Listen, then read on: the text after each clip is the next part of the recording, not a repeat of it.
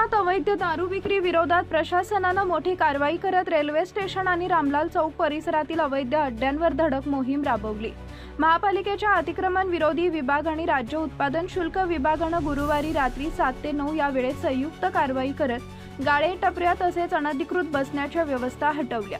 या कारवाई दरम्यान 50हून अधिक टेबल आणि 70 पेक्षा जास्त खुर्च्या जप्त करण्यात आल्या। परिसरातील काही वाईन शॉप आणि हॉटेलच्या आसपास अवैधरित्या दारू विक्री व सार्वजनिक ठिकाणी मद्यपान सुरू असल्याच्या तक्रारी प्रशासनाकडे प्राप्त झाल्या होत्या। याची गंभीर दखल घेत राज्य उत्पादन शुल्क विभागानं कारवाईचं नियोजन केलंय। पोलिसांच्या कडेकोट बंदोबस्तात 2 JCBच्या सहाय्यानं अतिक्रमण हटवण्यात आली। कारवाई सुरू होताच परिसरातील अवैध व्यावसायिकांमध्ये एकच खळबळ उडाली।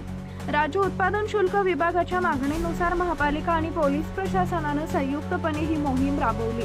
अवैध दारू विक्री, अतिक्रमणे आणि सार्वजनिक ठिकाणी मद्यपान या विरोधात पुढील काळातही अशाच प्रकारच्या कारवाया सातत्यानं सुरू राहणार असल्याचं प्रशासनानं स्पष्ट। बंधुप्रेम न्यूज चॅनलला लाईक, सबस्क्राईब व बेल आयकॉन दाबायला विसरू नका। धन्यवाद।